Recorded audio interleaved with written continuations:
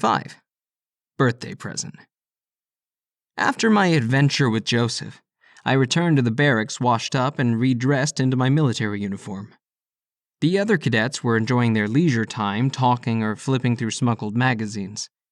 I took a seat on the bed, brushing away an offer from another cadet to look over the magazine he had taken from the other recruits. Instead, I took a book from under my bunk and studied. Steps echoed, and I heard the rush of cadets muttering as they tried to hide their contraband before scattering. I lifted my eyes from the pages of the book and glanced over the trim of the cover, catching sight of a man in a white coat, standing over a bunk and taking a magazine from a cadet's hands. I immediately sat up when I realized it was Dr. Nicholson and the staff sergeant. Dr. Nicholson handed the magazine to the sergeant, who ordered the cadet up and out of the barracks. Dr. Nicholson turned toward me. I leapt to my feet. He was looking around, but I caught his eyes spot the books on the bed where I had dropped them. I saluted him. He echoed my gesture. "What brings you here so late, Dr. Nicholson?" "At ease, John. I just wanted to congratulate you on your first capture." Capture? I'd done very little. At least that's what I thought. "Joseph's report detailed great promise in your performance."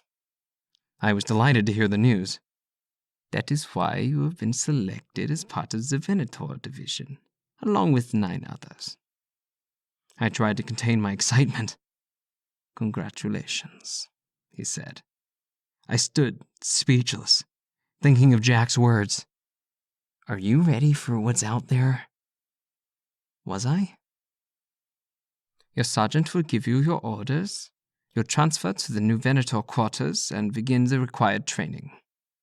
I nodded almost immediately. He smiled back, then narrowed his eyes at the book on my bed. "What are you working on tonight?" I was doing further reading in Spanish and German. I enjoy the languages very much, sir. "I will have to put that passion to good use one of these days." A small smile fashioned his slim lips. He picked the book off the bed and turned the pages. Around us, the other cadets were anything but at ease. They always tried to avoid conversing with him. "Thank you, sir." "I hope that Joseph is a good fit for you. He will be your mentor, guardian, and bodyguard throughout your journey as a hunter. Do you find him well-fitted?"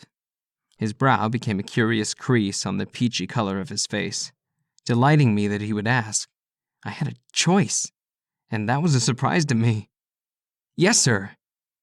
"He seems quite fond of you." I rejoiced, letting a look of surprise wash over my face. He put the book down on the bed. "Of course, I disregard such nonsense, but a solid hunter and guardian relationship is essential. What is your take on him? Does he challenge you? He can be replaced, but now would be the best time to make those recommendations." "No," I was quick to reply. He waited. "Forgive me, sir. He's a great mentor. Yes, I like him." He smiled. "Very good, then. He'll be officially appointed to you." He turned to the sergeant who had come over to his side. The sergeant had something in his hands. "I have something for you as well." He had a box tucked beneath one arm. When he approached Dr. Nicholson, he lifted the lid. "Take it," Dr. Nicholson ordered me. Inside was a beautiful gun.